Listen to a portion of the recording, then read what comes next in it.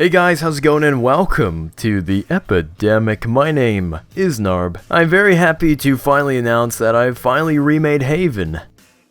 Kind of. It's not a piece-by-piece remake as you'll see, and I tried to incorporate a few minor changes that I thought were pretty important to make. They were mostly jump ups, but the two curved hallways are now very different. And there's now a lot more room to drop down from when you're on the top floor, and the hallway itself bends much differently. And now each base has another way to navigate throughout the floors instead of just using the staircases. Now depending on who you are, you're either going to think that this map looks fine or think that there should be more detail. Personally, I think it looks pretty good, and I couldn't really add much more to it because the light map budget was maxed out at 100. So yeah, I'd like to add a little bit more to it, but if I tried, it would start to ruin a lot of my shadows, and I don't really want that. You may also be asking yourself, why on earth did you make Haven? Well, to answer that quite simply, I just really like Haven. I thought it brought a new and kind of interesting approach to map design, and I always just seemed to enjoy myself whenever I played on it. So I made it, and I'm pretty happy with the results. This was more or less just a little project for me to kind of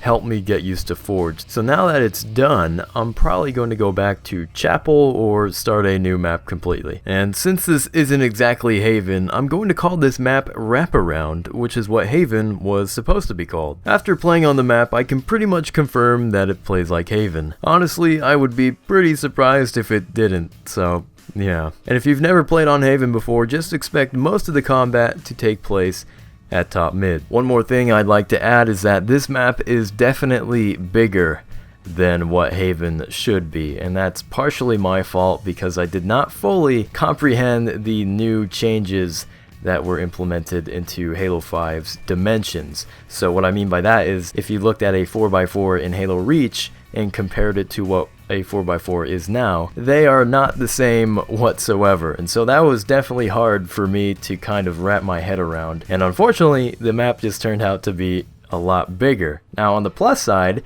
this means that BR starts are kind of fun because it's not as constricting and you actually have time to, you know, strafe, and you have space. You have a lot of space. And when I was playing on this, a few people were a bit concerned, you know, of the size, but for me personally, I like it. I like being able to have my own room to, you know, strafe around and be able to look around. Like, the sightlines are pretty large, and I like that, and this map is really just for me.